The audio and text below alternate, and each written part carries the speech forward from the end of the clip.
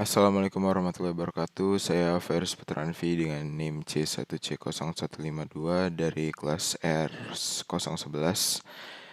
Ingin melakukan presentasi mengenai analisis tren untuk mata kuliah penganggaran dengan dosen pengampu Bapak Wirmia Kaputra. Yang pertama, apa itu analisis tren? Analisis tren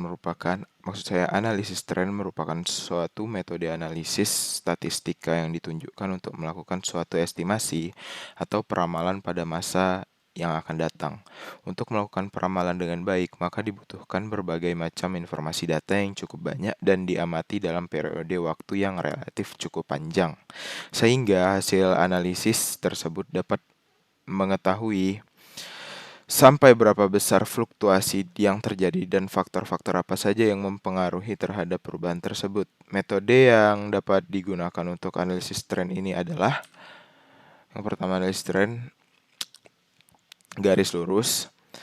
Tren merupakan gerakan lambat yang berjangka panjang dan cenderung menuju ke satu arah, menaik atau menurun. Dalam suatu data runtut waktu, garis tren pada dasarnya garis regresi dan variabel bebas merupakan variabel waktu. Tren garis lurus atau linear adalah suatu tren yang diramalkan naik atau turun secara garis lurus. Analisis tren bukan garis lurus. Analisis tren bukan garis lurus atau bukan linear ada beberapa macam, antara lain tren parabola, kuadrat, tren eksponensial, dan tren eksponensial yang diubah. Ramalan penjualan. Menurut Nasution dalam bukunya pada tahun 2006, peramalan adalah proses untuk memperkirakan beberapa kebutuhan di masa datang yang meliputi kebutuhan dalam ukuran kuantitas, kualitas, waktu, dan lokasi yang dibutuhkan dalam rangka memenuhi permintaan barang ataupun jasa. Ramalan penjualan merupakan proses aktivitas memperkirakan produk yang akan dijual di masa mendatang. Dalam keadaan tertentu dibuat berdasarkan data-data yang pernah terjadi atau mungkin terjadi oleh Navarin dalam bukunya tahun 2007. Ramalan penjualan. Menurut Winardi tahun 1991 dalam bukunya, definisi ramalan penjualan adalah suatu perkiraan tentang penjualan selama sebuah periode masa yang akan datang, yang ditetapkan perkiraan mana dikaitkan dengan sebuah rencana pemasaran yang disusulkan dan yang berisikan sejumlah kekuatan-kekuatan yang tidak dikuasai serta kekuatan kompetitif.